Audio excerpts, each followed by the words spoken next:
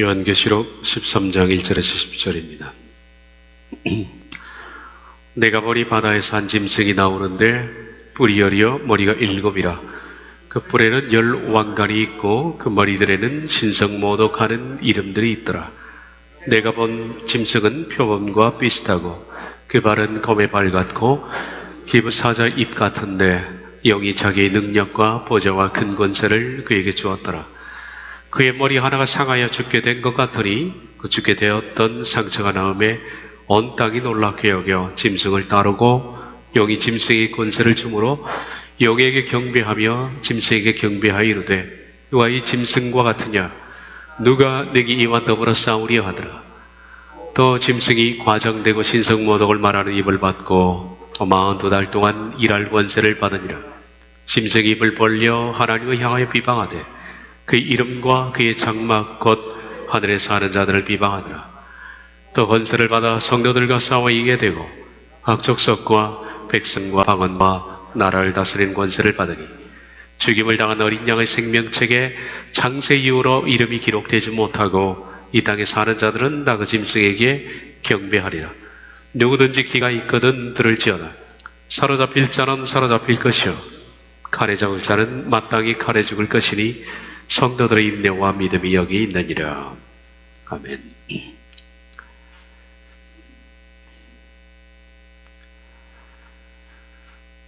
다니엘 2장 28절에 왕께서 새와 진흙이 섞인 것을 보셨은즉 그들이 다른 민족과 서로 섞일 것이나 그들이 피차에 합하지 아니함이 새와 진흙이 합하지 않음과 같으리이다. 지난 시간에 본 것처럼 이 말씀이 새와 진흙이 서로 섞이려는 시도, 그러나 그것이 결국 섞이지 못하는 상황, 지금 우리가 겪고 있는 그런 상황입니다. 유럽 공동체는 국경을 철폐하고 단일 화폐를 사용하면서 합의를 위해서 지금까지 부담 없이 노력해 왔으나 동안에 많은 배달이 발생했습니다. 그 이유는 철에 해당하는 강한 국가와 지등에 해당하는 열등한 국가의 문제였기 때문입니다. 그래서 강한 국가는 약한 국가에 대해서 막대한 분담금을 지금까지 내면서 감당을 해왔습니다마는 그러다 보니까 이로 인해서 강한 국가들이 경제력이 약화되기 시작을 한 겁니다. 그래서 기존 그 국가의 보수층에서 불만들이 터져나왔고 그 하나의 일례가 브렉시트라는 결과를 초래했다. 그래서 향후 네덜란드도 프랑스도 이 강한 나라들은 탈퇴하자는 보수파들의 움직임이 있을 것으로 예상된다라고 말했습니다. 이것은 방금 읽었던 말씀처럼 철과 진흙의 혼란입니다. 섞이고자 하나 섞이지 않는 혼란. 그런데 이 혼란과 예수님의 재림은 맞닿아 있습니다. 그들이 피차에 합하지 아니함이 새와 진흙이 합하지 않음과 같으리이다. 지금 현재 진행 중인 상황입니다. 그리고 이어지는 말씀이 재림인데 이 여러 왕들의 시대에 하늘의 하나님이 한 나라를 세우시리니, 물론 우리들은 새와 진흙이 합하지 않은 것 같으리다라는 이 상황과 예수님의 재림 사이에 7년이라는 기간이 있고 또 그 기간이 언제 시작할지 모릅니다. 간극은 얼마나 될지 모릅니다. 오직 그것의 결정은 하나님께 달려있다라고 말씀을 드렸습니다. 바로 철과 진흙이 섞이지 않는 상황, 그리고 예수님의 재림 그 사이에 독재자가 등장합니다. 지금까지 역사상 존재했던 독재자와는 달리 가장 강한 독재자가 등장할 것이다. 그 독재자의 등장은 예상입니다마는 아마 역사가 그를 무대에 필요해서 부를 것이다. 과거의 모든 독재자들이 그런 식으로 불림을 받은 것처럼 앞으로의 모든 세상은 경제, 정치, 윤리, 도덕, 문화적에서 해결할 수 없는 난제를 안고 파국적 상황을 맞게 될 것이고, 이 상황 속에 세상은 강한 카리스마를 가진 사람을 필요로 하게 될 것이다. 그가 바로 철과 진흙이 섞이지 않는 그 예수님 재림 사이에 있을 그 기간을 책임질 사람이다. 적그리스도라고 부릅니다. 토인비의 말처럼 인류에게 더욱 더 많은 살인 무기를 제거하고 이 세상을 더욱 경제적으로, 기술적으로 상호 의존케 하기 위해서는 우리에게 신격화된 시저가 요구된다 한 것처럼, 어떤 신격화된 시저가 토인비의 말처럼 나오게 되리라 생각합니다. 계시록 13장을 읽을 때 그 적그리스도라고 불리우는 이 사람이 왜 이전의 독재자와는 다른가? 이전에도 적그리스도가 존재해 왔습니다. 적그리스도는 복수가 있고 단수가 있는데, 복수는 적그리스도의 영을 가진 사람들, 적그리스도처럼 하는 사람들을 복수로 씁니다. 그런데 이런 단수입니다. 왜 이 마지막 적그리스도가 이전의 독재자와는 달리 가장 강하냐 하면 영이 그에게 권세를 줬기 때문이다. 13장 2절 하반절에 영이 자기의 능력과 보좌와 큰 권세를 그에게 주었더라. 적그리스도에게 주었다. 누가복음 4장에서는 예수님께서 광야에서 시험을 받으실 때 사탄이 와서 내게 절하면 세상의 모든 권세와 영광을 네게 줄 것이다 라고 제안을 했습니다. 예수님께서는 단호하게 그것을 말씀으로 물리쳤지만 사탄은 이 같은 제안을 받아들이게 될 것이다. 그래서 온 세상을 다스릴 수 있는 권세를 영으로부터 받게 될 것이다. 요한복음 14장 30절에 예수님은 그를 가리켜서 세상의 임금이라고 부른 이유가 그는 전 세상을 통치하기 때문에 그렇게 불렀다. 적그리스도는 사탄에게 엎드려 기꺼이 경배함으로써 권세와 영광을 얻게 된다. 그리하여 사탄은 예수님의 재림 직전 이 땅에서 하나님을 모방하는 일을 그대로 해내는데, 그것이 삼위일체에 대한 모방입니다. 성부 하나님, 성자 예수님, 그리고 성령 하나님 삼위일체입니다. 이 삼위가 하시는 일은, 먼저 성부 하나님께서는 성자 예수님께 자신의 모든 권세와 능력을 그대로 이양하셨습니다.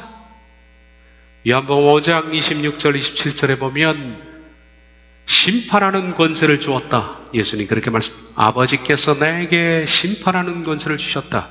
17장 2절도 마찬가지로 심판하는 권세를 내가 받았다. 빌립보서 2장 9절에 10절 하늘과 땅의 모든 권세를 내게 주셔서 모든 무릎으로 예수님의 이름 앞에 꿇게 하셨다. 아버지께서 모든 이름으로 예수님에게 꿇게 하신 모든 권세와 능력을 이해하신 분이 성부 하나님이고 받으신 분이 성자 예수님입니다. 마태복음 28장 18절 하늘과 땅의 모든 권세를 내게 주셨으니 아버지께서 성자에게 모든 권세를 주셨습니다.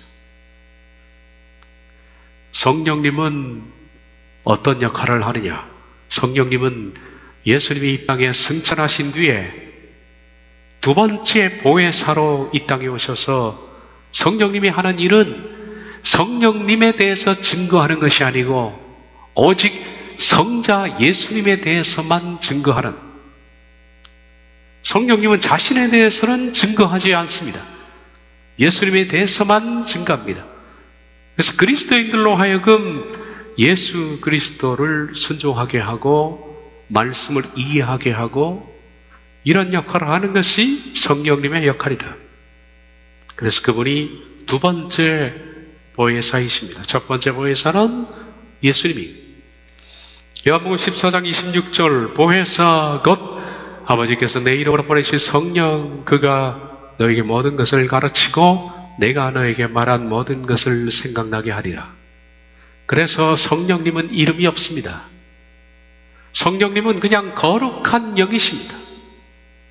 예수님은 이름이 있습니다. 근데 성령님은 이름이 없습니다. 성령님이 하시는 일은 내가 너희에게 가르친, 예수님께서 제자들에게 가르친 것들을 생각나게 하는 것. 자의로 말하지 않는다 그래요. 성령님은 예수님 말씀하지 않는 걸 말씀하지 않습니다. 오직 예수님 말씀하신 것만 말씀하십니다.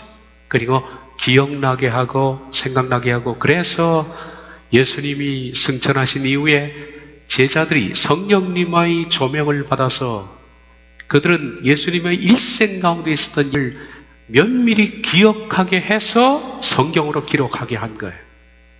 그 성경을 기록하게 하신 성령님은 생각나게 하시는 분입니다. 야고보 16장 13에서 14절, 그러나 진리의 성령이 오시면 그가 너희를 모든 진리 가운데로 인도하시리니, 그가 스스로 말하지 않고, 성령님은 예수님께서 말씀하지 않는 걸 말하는 분이 아닙니다. 오직 들은 것을 말하며, 들은 것은 예수님께서 말씀하신 것, 그것이 들은 것인데 그것을 말합니다. 장래 일을 너에게 알리시리라. 그가 내 영광을 나타내니, 성령님은 성자의 영광을 나타낸다. 내 것을 가지고 너에게 알리시겠습니다. 그러므로 삼위 가운데 성령님의 역할은, 성령님 자신을 위한 것은 단 0.01%도 없습니다. 아무것도 없습니다. 오직 성자 예수님이 하시는 일들을 생각나게 하시고 그분의 진리 가운데로 인도하는 분. 성부 하나님은 성자 예수님께 모든 권세와 능력을 부여하시고, 성령 하나님은 사람을 하여금 성자 예수님께 인도하고 성자 예수님의 말씀을 생각나게 하고 가르치는 그 일을 한다. 이것이 삼위의 하나님, 더 많은 것이 있지만 간단히 말하면 삼위 하나님의 일입니다. 그런데 마찬가지로 사탄이 마지막 때 적그리스도, 영이 적그리스도를 만들어냄으로써, 짐승이라고 그랬죠? 영이 짐승을 불러내면서 거짓 선지자와 함께 사탄도 똑같이 하나님의 삼위일체를 모방해낸다. 사탄은 짐승으로 묘사된 적그리스도, 용입니다. 짐승입니다. 용은 짐승에게 성부가 성부 하나님이 성자 예수님에게 하셨던 것처럼 자신의 모든 권세와 영광을 부여합니다. 13장 2절 하반절, 영이 자기의 능력과 보좌와 큰 권세를 그에게 주었더라. 하늘과 땅의 모든 권세를 내게 주셨으니 한 것처럼, 그래서 그리스도는, 짐승은 영으로부터 모든 권세와 능력을 부여받는다. 계시록 13장 11에서 18절을 보면 또 다른 짐승이 땅에서 올라오는데, 또 다른 짐승은 짐승이 아닙니다. 그런데 또 다른 짐승은 이름이 없습니다. 자기 이름을 갖지 않습니다. 누구의 이름을 갖습니까? 짐승의 이름을 갖습니다. 그런데 그 이름을 또 다른 짐승이라고 불렀습니다. 성령님이 하는 역할을 한다는 거예요. 성령님은 자신의 이름을 갖지 않습니다. 짐승 것, 적그리스도를 세워주고 올려주고 드러내는 일을 하는 것처럼 성령님이 하는 일 그대로 모방합니다. 예수님을 드러내고 알리고 하는 그 역할을 말입니다. 그가 또 다른 짐승인데 11절 이하에 나옵니다. 그는 거짓 선지자입니다. 이 거짓 선지자는 사람으로 하여금 짐승에게 집중하고, 용은 짐승에게 권세를 부여하고, 권세를 받은 짐승에게 거짓 선지자는 사람으로 하여금 경배하게 하고 영광을 돌리는 일을 하는데, 곧 성령님의 역할과 같은 역할을 한다. 11절에 14절 내가 범에 또 다른 짐승이 땅에서 올라오니 어린 양같이 두 뿔이 있고 용처럼 말을 하더라. 그도 사탄처럼 말합니다. 용처럼 말하니까 권세가 있고 말에 힘이 있고 말에 강한 미혹이 있고, 그가 먼저 나온 짐승은 첫 번째 짐승 적그리스도를 제가 언급했습니다. 먼저 나온 짐승이 모든 권세를 그 앞에 행하고 땅과 땅에 사는 자들을 처음 짐승에게 경배하게 하는 거예요. 자기가 경배를 받는 것이 아니라 경배하게 합니다. 곧 죽게 되었던 상처가 나온 자지라. 큰 이적을 행하되 이 두 번째 짐승, 또 다른 짐승은 이적도 행합니다. 심지어 사람들 앞에서 불이 하늘로부터 땅에 내려오게도 합니다. 짐승 앞에서 받은 바 이적을 행함으로 땅에 거하는 자들을 미혹하여 땅에 있는 사람들을 미혹해서 땅에 거하는 자들에게 이르기를 짐승을 경배하라. 성령님의 역할과 똑같은 일을 한다. 칼에 상하였다. 살아난 짐승을 위하여 우상을 만들라 하더라. 이것이 사탄의 삼위일체. 사탄은 하나님의 삼위일체를 그대로 모방해 냅니다. 계시록 16장 13절을 보면 또 내가 개구리 같은 새 더러운 영이 영의 입과 짐승의 입과 거짓 선지자의 입에서 나오니 사탄의 삼위일체입니다. 영, 짐승, 거짓 선지자. 따라서 적그리스도는 성자 예수님의 일을 모방하는 자입니다. 예수님은 성부께서 세상을 구원하시고 나라를 세우기 위해서 보내신 메시아입니다. 적그리스도는 사탄이 주님의 오심을 저지하고 인간을 멸망시키기 위해서 세운 거짓 메시아입니다. 그런데 첫 번째 진짜 메시아는 인간이 거절했지만은 두 번째 메시아는 가짜인데 인간이 받아들일 것이다 라고 말씀했습니다.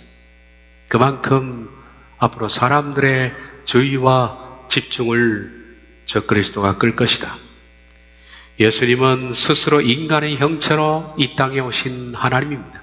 하나님께서 인간의 몸을 입고 오셨습니다.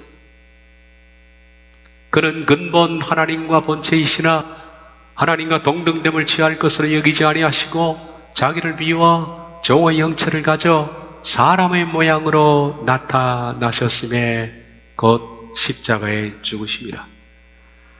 근본 하나님과 본체이십니다마는 동등됨을 취할 것을 여기지 않고 사람의 모양으로 나타나신 인간의 몸을 입으신 하나님, 예수님입니다. 그런데 적그리스도는 인간이지만은 스스로 하나님이 되고자 하는 데살로니가 후서 2장 4절, 그는 성전에 앉아 자기를 하나님이라 하느니라. 인간이면서 스스로 하나님이 되고 싶은 전혀 반대의 존재이다. 이제 우린 이 두 주인공을 한번 비교해 봅시다. 비교해 보면서 아울러 여러분 겸하여 이 비교를 통해서 여러분이 느껴야 할 부분은 여러분은 어느 성품에 지금 속하고 있는지를 스스로 판별해 보십시오. 적그리스도가 하는 짓, 거기에 내 성품이 달라붙는다면 여러분 아주 위험합니다. 그러나 예수님의 성품 쪽으로 가고 있다면 잘 가고 계신 건데, 주인공 둘을 비교해 보면서 나는 어느 성품에 속하고 있는지를 잘 분별해 보십시오. 첫 번째 형상입니다. 그리스도는 보이지 않는 하나님의 형상이십니다. 요한복음 14장 9절 하반절, 나를 본 자는 아버지를 보았거늘. 아버지는 누구든지 볼 수가 없습니다. 요한복음 1장, 누구든지 아버지를 본 자가 없으되, 사사기에 나와 있는 것처럼 하나님을 본 자는 죽느니라. 왜 인간은 하나님을 볼 수가 없을까요? 죄인인 인간은 거룩하신 하나님 앞에 그대로 설 수가 없기 때문에 죽게 되어 있습니다. 하나님을 절대로 그 존재 자체를 인간이 직면할 수가 없습니다. 그래서 볼 수 없는 하나님을 인간에게 볼 수 있는 형태로 나타나신 분이 누구냐 하면 아버지 품속에서 독생하신 예수님입니다. 본래 하나님을 본 사람이 없을 때, 아무도 볼 사람이 없을 때 하나님께서는 그 품속에 있는 독생하신 하나님을 나타내셨느니라. 우리에게 볼 수 있는 형태로. 그래서 예수님은 보이지 않는 하나님을 볼 수 있는 형태로 인간의 몸을 입었으니까 나타나신 분. 그래서 우린 예수님을 보면 보이지 않는 하나님을 본 거나 마찬가지입니다. 그래서 예수님 말씀하셨습니다. 나를 본 자는 아버지를 보았거늘. 골로새서 1장 15절 그는 보이지 아니하는 하나님의 형상이시여. 히브리서 1장 3절 상반절 이 아들은 하나님의 영광의 광채시여 그 본체의 형상이니라.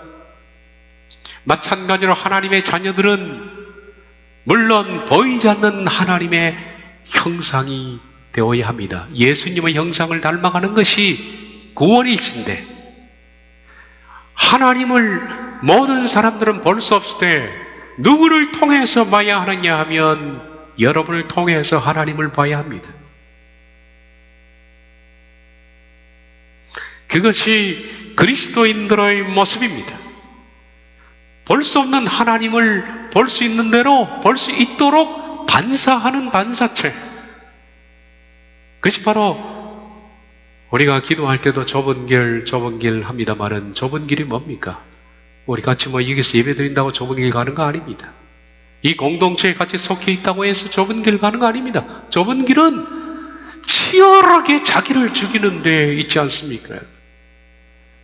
자기를 죽이지 않으면서 좁은 길 간다는 것은 거짓입니다. 자기가 죽어야만 보이지 않는 하나님의 형상이 내게서 나타나는 겁니다. 나를 본 자는 아버지를 보았거늘. 우리가 이렇게 말할 수는 이 정도까지는 아니어도 적어도 우리 하나님이 어디에 있느냐라고 말한다면 당당하게 나를 보십시오. 내 말을 보고 내 성품을 보십시오. 할 수 있을까? 그것이 아니라면 심히 부끄러움을 느껴야 합니다. 예수 그리스도의 사람은 그리스도의 형상으로 점점 닮아갑니다. 삶 자체가, 말도, 인격도 그리스도의 형상을 점점 닮아가고 육적인 사람은 저 그리스도를 닮아가게 되어 있는. 저 그리스도는 그를 보낸 자가 용입니다. 사탄입니다. 우리들은 하나님께서 성자를 보내셨고 성자는 우리를 보내셨습니다. 마태복음 28장에 보면 그렇게 나와 있죠. 하늘과 땅의 모든 것을 내게 주셨으니 그러므로 너희는 가서 아버지께서 모든 권세를 내게 주셨다. 너희는 가라. 내가 준다라는 말 아니에요. 그러므로 하나님의 형상은 예수님에게, 예수님의 형상은 그리스도인에게 이양되어야 마찬가지. 사탄의 형상은 적그리스도에게, 적그리스도의 형상은 이 세상 사람들에게 하는 모든 삶의 패턴이 같기 때문이다. 요한은 사탄의 모습을 머리가 7이며 뿔이 10이며 그 머리에 7 왕관을 쓰고 있다라고 했습니다. 이것이 사탄의 모습이었습니다. 12장 3절 4절 한 큰 붉은 용이 있어 머리가 7이며 뿔이 10이라 그 머리에 7 왕관이 있는데 저 그리스도 역시 닮았죠. 13장 1절 내가 보니 바다에 산 짐승이 나오는데 뿔이 10이요 머리가 7이라 그 뿔에는 10 왕관이고 닮은 겁니다. 예수님이 하나님을 닮았듯이 적그리스도는 사탄을 닮았고 그리스도인들이 예수님을 닮듯이 세상 사람들은 적그리스도를 닮아가는 겁니다. 두 번째 삼위일체 예수님은 성부, 성자, 성령으로 구성된 신적인 삼위 가운데 2위이신 인격이시다. 제가 삼위일체는 먹자면서 설명을 안 했습니다. 간단하게 그냥 받아들이죠. 예수님은 이위이신 인격이십니다. 적그리스도는 용, 짐승, 거짓 선지자로 구성된 악마적인 삼위 가운데 이위인 인간입니다. 그러므로 모두가 세 가지가 존재하는데 안티-갓, 적 하나님, 안티-크라이스트, 적 그리스도, 안티-홀리 스피릿, 적 성령이 존재한다. 안티라는 것은 반대하다라는 뜻도 있지만은 하는 짓이 전혀 반대입니다. 하나님과 비슷하지만은 하는 짓은 악입니다. 예수님과 비슷하지만은 예수님과 전혀 반대의 짓을 합니다. 안티크라이스트입니다. 성령님과 비슷하지만은 성령님과 하는 것과 정반대 악으로 치닫는 일을 합니다. 그것이 안티 홀리 스피릿. 세 가지가 존재한다. 세 번째 오심, 예수님은 하나님의 뜻을 행하기 위해서 하늘에서 내려오셨습니다. 요한복음 7장 28절 29절 내가 스스로 온 것이 아니니라 나를 보내신 이는 참되시니 너희는 그를 알지 못하나 나는 아노니 이는 내가 그에게서 났고 그가 나를 보내셨습니다. 6장 38절 내가 하늘에서 내려온 것은 내 뜻을 행하려 함이 아니요 나를 보내신 이의 뜻을 행하려 함이니라. 예수님께서는 항상 나를 보내신 분이 있다. 예수님의 존재의식은 그분을 바라보고 있었습니다. 그분이 나를 보내셨다. 그리고 그분의 뜻을 행하려고 하는 것이다. 나를 보내신 이의 뜻을 행하는 것이다. 마찬가지로 오늘도 하나님에게 속한 사람은 그렇게 말합니다. 나를 보내신 분이 있다. 그분이 나를 이 땅에 살게 하신 분이 있다. 내가 사는 것은 그분의 뜻을 행하기 위한 것이다. 이것이 다른 겁니다, 여러분. 다른 거예요. 그냥 사는 것이 아니라 나의 삶은 그분의 뜻을 행하기 위한 데 있다라는 겁니다.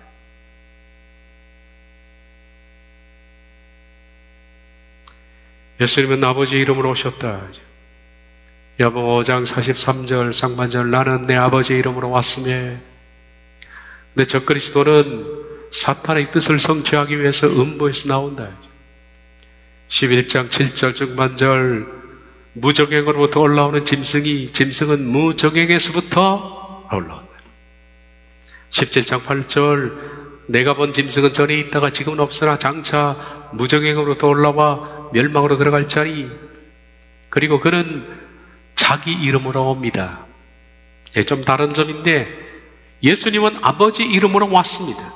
그런데 적그리스도는 누가 자기를 보냈다고 얘기하지 않습니다. 왜냐하면 왜 그럴까요? 적그리스도 이렇게 말해야 되지 않습니까? 반대라면 사탄이 나를 보냈다. 근데 모든 대중들은 사탄을 악하게 생각하기 때문에 그걸 감춥니다. 그리고서 나는 내 이름으로 왔다 그렇게 말합니다. 그것이 다른 점입니다. 그러나 실상은 사탄이 그를 보낸 겁니다. 요한복음 5장 43절 나는 내 아버지 이름으로 왔으며 너희가 영접하지 아니하나 유대인들은 메시아를 거부할 것이라고 이미 말씀하셨습니다. 예수님이 사역 초창기에 예수님은 유대인들, 너희는 유대인들인데 유대인들이 메시아를 거부할 걸 말했습니다. 근데 만일 다른 사람이 자기 이름으로 오면 영접하리라. 앞으로 적그리스도가 자기 이름으로 오면 영접하게 될 것이다. 그런 유대인들에게 환영을 받게 될 것이다.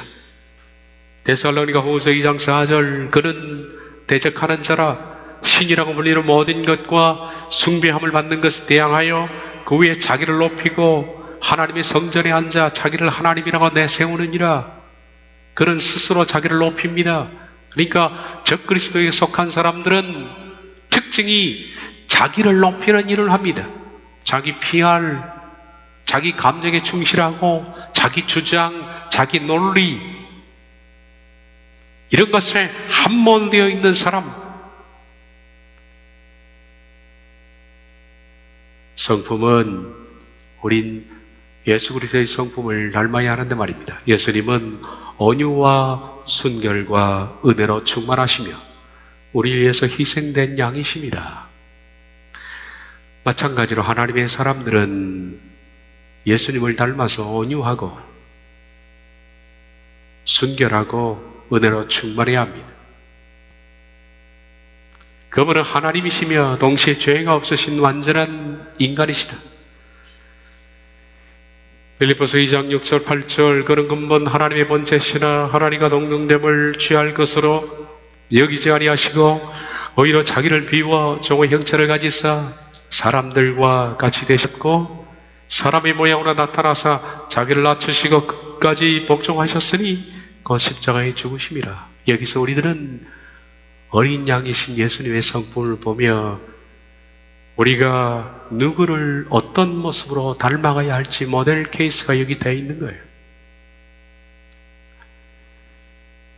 예수님께서 하나님과 같은 본체이시나 그분은 종처럼 자기를 낮추셨다. 마찬가지로 하나님의 사람들은 자기를 낮추는 겁니다. 어떤 일이 있더라도 먼저 머리를 숙이는 겁니다. 머리를 쳐드는 것은 마귀 자식이나 하는 거죠. 하나님의 사람은 머리를 낮추는 겁니다. 낮추고 복종해서 죽기까지 낮추는 거예요. 사람으로 따지면 이거 바보입니다. 바보예요. 이게 하나님의 백성의 속성입니다. 하나님의 속성이요, 그리스도의 속성이요, 그리스도를 따르는 사람들의 속성은 그렇게 되어가는 겁니다. 그러나 저 그리스도는 약삭빠르고 교활하고 잔인한 성품을 가진 존재입니다. 그 안에 표범과 곰과 사자의 속성들, 이걸 함께 다 가지고 있는 야수와 같은 존재입니다. 13장 2절 내가 본 짐승은 표범과 비슷하고 그 발은 곰의 발 같고 그 입은 사자의 입 같은데 그 속에 이런 성품을 가지고 있어서 찢고 공격하고 상하게 하고 이런 것들이 악의 성품에 속한 것들입니다. 그는 죄의 사람이라는 이름이 붙어져 있다. 그는 탁월한 불법의 사람입니다. 데살로니가 후서 2장 3절 중반절 9장 9절 10절 상반절 저 불법의 사람 곧 멸망의 아들이라고 표현했습니다. 불법의 사람 멸망의 아들. 악한 자의 나타남은 사탄의 활동을 따라 모든 능력과 표적과 거짓 기적과 불의의 모든 속임으로 멸망하는 자들에게 있으리니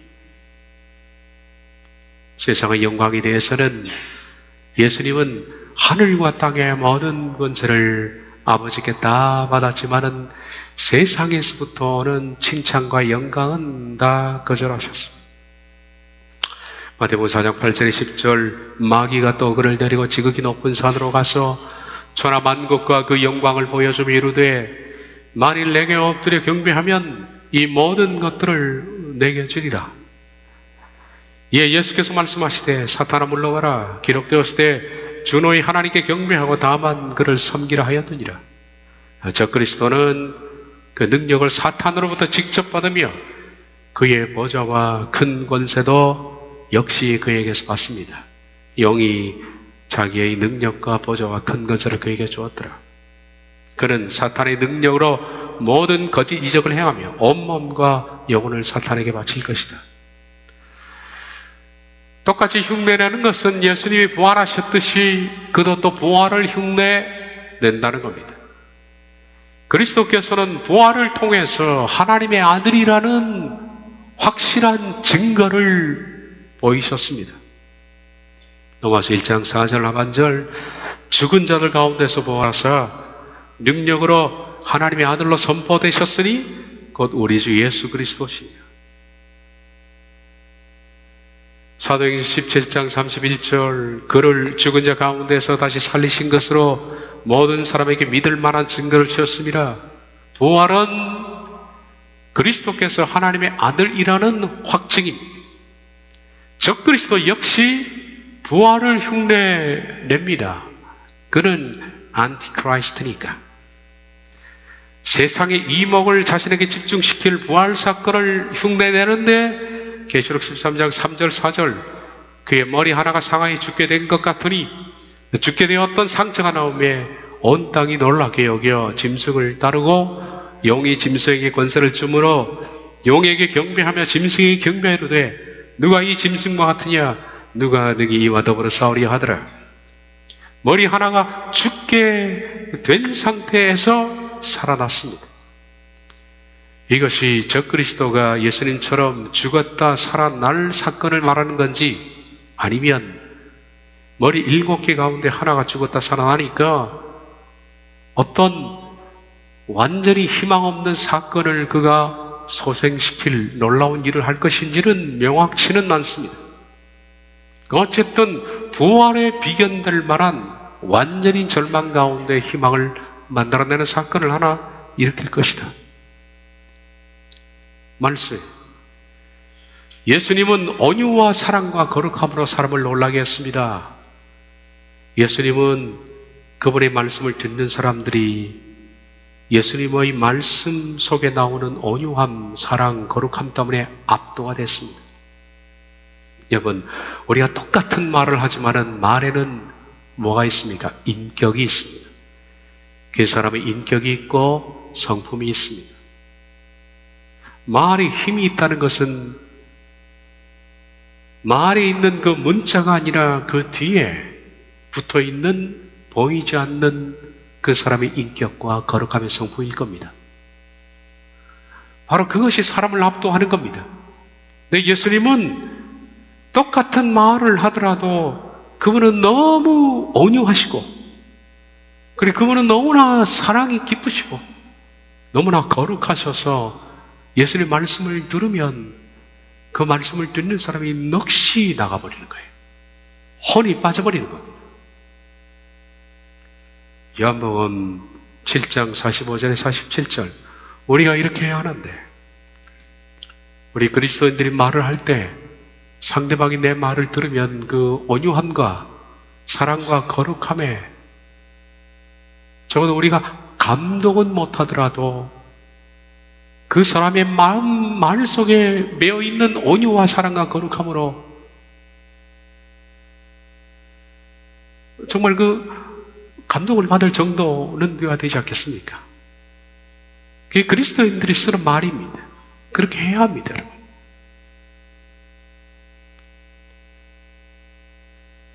우리가 예수님을 닮아간다는 것은 예수를 닮아가는 것을 말할 겁니다.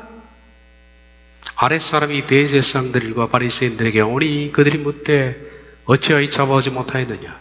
아랫사람이 대답하되 그 사람이 말하는 것처럼 말한 사람은 이때까지 없었나이다. 아니 바리새인들이 대답하되 너희도 미혹되었느냐? 예수님을 체포하러 갔던 사람들이 예수님에게 감동을 받은 거예요. 예수님이 몇 마디 하신 그 말에 그들의 마음이 녹아버린 겁니다. 이거 우리 그리스도인들이 하나님의 사람으로 정말 배워나가야 할 부분입니다. 마태복음 7장도 마찬가지로 예수께서 이 말씀을 마치심에 무리들이 그의 가르치심에 놀라니 이 놀랐다는 이 말은 엑스프레소라는 것은 넋이 혼이 빠졌다는 얘기입니다. 혼이 빠졌다. 혼이 빠졌다. 예수께서 이 말씀을 마치심에 듣는 무리들이 혼이 빠졌어. 왜냐하면 그 가르치는 것이 권위 있는 자와 같고 그들이 서기관들과 같이 아니에요. 서기관들은 말로만 하는 거예요. 말로만. 예수님에게 묻어나오는 온유와 사랑과 거룩함으로 사람들이 혼이 빠진 겁니다.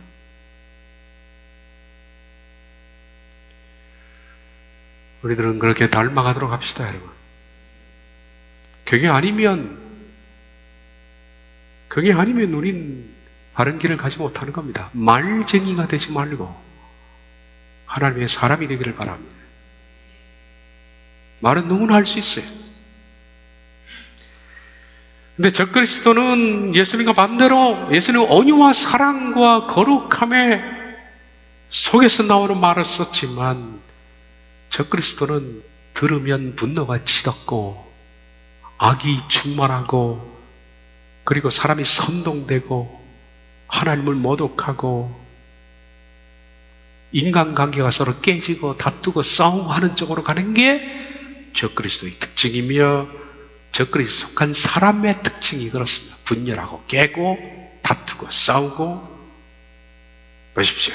13장 5절 6절 또 짐승이 과장되고 신성모독을 말하는 입을 받고 또 42달 동안 일할 권세를 받으니라. 짐승이 입을 벌려 하나님을 향하여 비방하되 그 이름과 그의 장막 곧 하늘에 사는 자들 비방하다. 모독, 비방, 적그리스도가 하는 일입니다. 적그리스도도 예수님처럼 놀라운 말의 권세를 가졌기 때문에 그가 하는 말을 들으면 모든 사람들이 함께 비방하고 함께 모독하는 일에 동참을 하게 된다. 그게 예수님과 적그리스도가 가지고 있는 말의 능력입니다.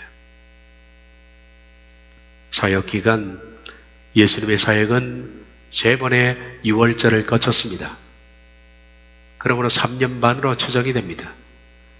요한복음 2장, 6장, 11장 보면 6월절 3번이 나옵니다. 1년에 한 번씩 있죠? 그래서 3년 반이 예수님의 공생의 사역입니다. 마찬가지로 적그리스도도 안티크라이스트, 예수님을 그대로 흉내내서 3년 반을 통치합니다. 42달. 계시록 13장 5절 또 짐승이 과장되고 신성모독을 말하는 입을 맞고 또 42달 동안 일할 권세를 받으니라. 그리스도는 거룩하고 흠없는 교회를 신부로 삼습니다. 에베소서 5장 25에서 27절 남편들아 아내 사랑하기를 그리스도께서 교회를 사랑하시고 그 교회를 위하여 자신을 주신 같이 하라. 이는 곧 물로 씻어 말씀으로 깨끗하게 하사 거룩하게 하시고 자기 앞에 영광스러운 교회를 세우사 티나 주름 잡힌 것이나 이런 것이 없이 거룩하고 흠이 없게 하려 하심이라. 마치 그리스도와 하나님의 백성 사이를 아내와 남편 사이로 비유했습니다. 마찬가지로 남편이 아내를 그렇게 바라는 것처럼 자기 남편들은 아내에게 깨끗하게 하고 거룩하게 한 티나 주름 잡힘이 없는 아내를 원하는 것처럼 깨끗한 아내를 원하는 것처럼 그리스도께서 깨끗한 성도를 원하십니다. 그래서 우리들은 어떻게? 물로 씻어야죠. 회개하고 말씀으로 날마다 자기를 깨끗하게 하고 거룩하게 하고 티나 주름 잡힌 것이 없게 하고 그리스도의 합당한 신부가 되기 위해서 준비하는데 그리스도는 이런 신부를 취할 것이다. 저나 여러분의 예외가 없습니다. 앞으로 예수님께서는 이런 사람을 신부로 취할 것이다. 근데 적그리스도는 반대로 배신한 교회를, 즉 음녀를 안으로 취할 것입니다. 계시록 17장 3절에서 5절을 보면 성령으로 나를 데리고 광야로 가니라. 내가 보니 여자가 붉은빛 짐승을 탔는데 짐승의 몸에 하나님을 모독하는 이름들이 가득하고 7머리와 10뿔이 있으며 그 여자는 자줏빛과 붉은빛 옷을 입고 금과 보석과 진주로 꾸미고 손에 금자를 가졌는데 가져간 물건과 그의 음행에 더러운 것들이 가득하더라. 그 이마에 이름이 기록되었으니 큰 비밀이라, 큰 바벨론이라. 땅의 음녀들과 가정한 것들이 엄이라 하였더라. 나중에 17장 가서 말하겠습니다만은 큰 음녀는 캐놀릭입니다. 또 음녀 밑에는 음녀들이라는 복수 형태가 있습니다. 배교한 무리들입니다.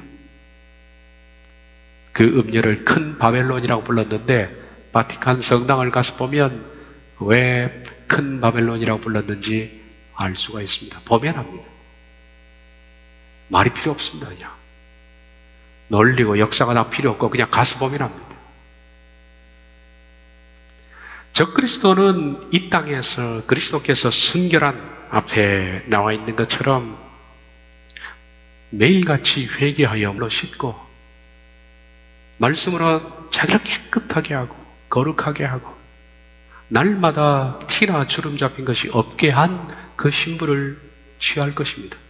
그 신부를 데리고 간 뒤에는 이 땅에 뭐만 남습니까? 순백유한 껍데기만 남습니다. 그 껍데기를 그리스도께서 적그리스도가 안으로 취할 것이다.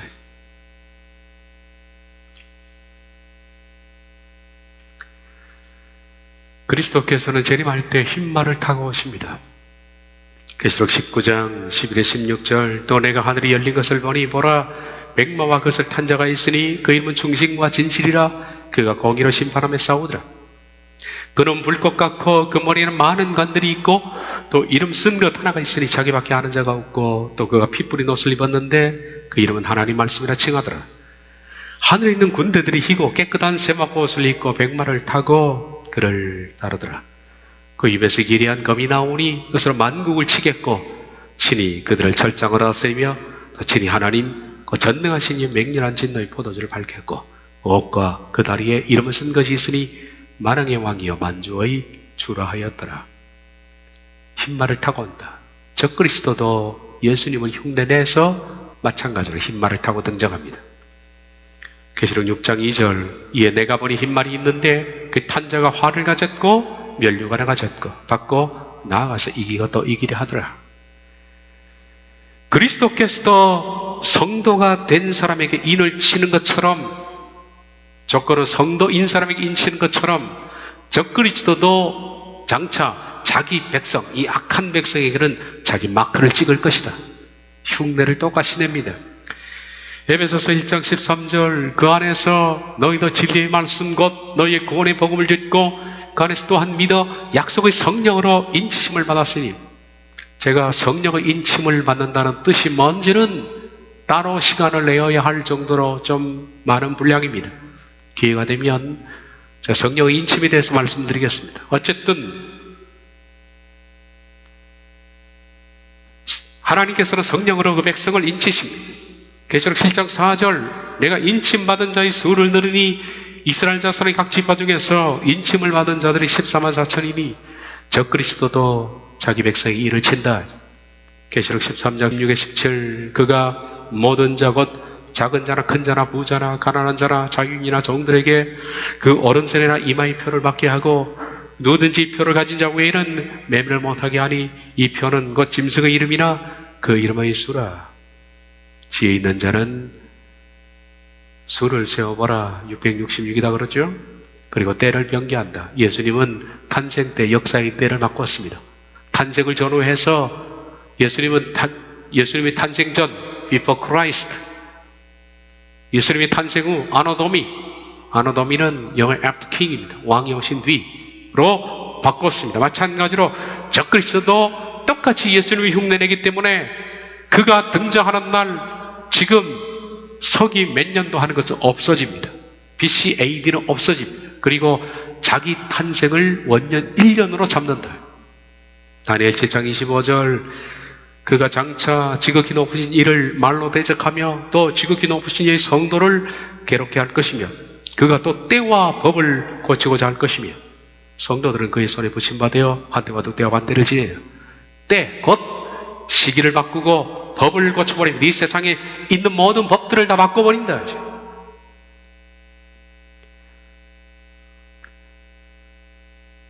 저 그리스도와 그리스도는 이처럼 전혀 반대의 일을 하는 자입니다.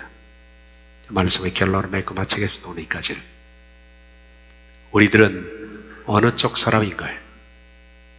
어느 쪽을 가고 있습니까? 내 속에는 어느 열매가 보입니까? 누구를 닮아가고 있습니까? 누구처럼 말하고 있습니까? 누구처럼 살고 있습니까? 누구처럼 생각합니까? 거룩하고 온유하고 순결하고 정결하고 깨끗한 그리스도의 신부가 되어가고 있느냐? 적그리스도처럼 약삭빠르고 재치있고 분노하고 악하고 포악한 성품을 가지고 그를 닮아가고 있는가? 이건 누가 할 수 있는 부분도 아닙니다. 저도 선택해서 가는 사람이고 여러분 선택해서 가는 사람입니다. 좁은 길을 간다는 것은 아까 말씀드린 것처럼 이 속에 있다고 같이 가는 것도 아니고 이번 수련회에 같이 동참한다고 해서 좁은 길 가는 것도 아닙니다.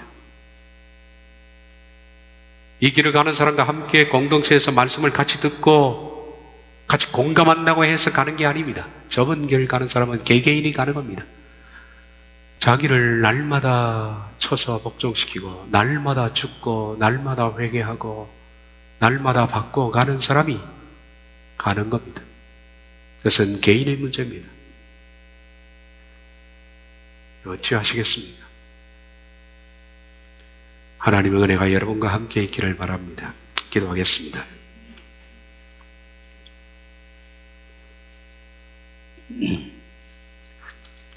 장차 이 불법의 사람 멸망의 아들이 올 터인데 주님 하나님께서는 그를 끔찍이 싫어하는데 우리는 그의 성품, 그의 기질, 그의 색깔, 그의 방식 이런 것들을 우리도 함께 혐오하고 우리도 함께 배제하고 우리들은 그리스도의 온유와 자비와 순결과 겸손의 성품을 가지고 그리스도의 온전한 신부 곧 교회가 되게 해 주옵소서.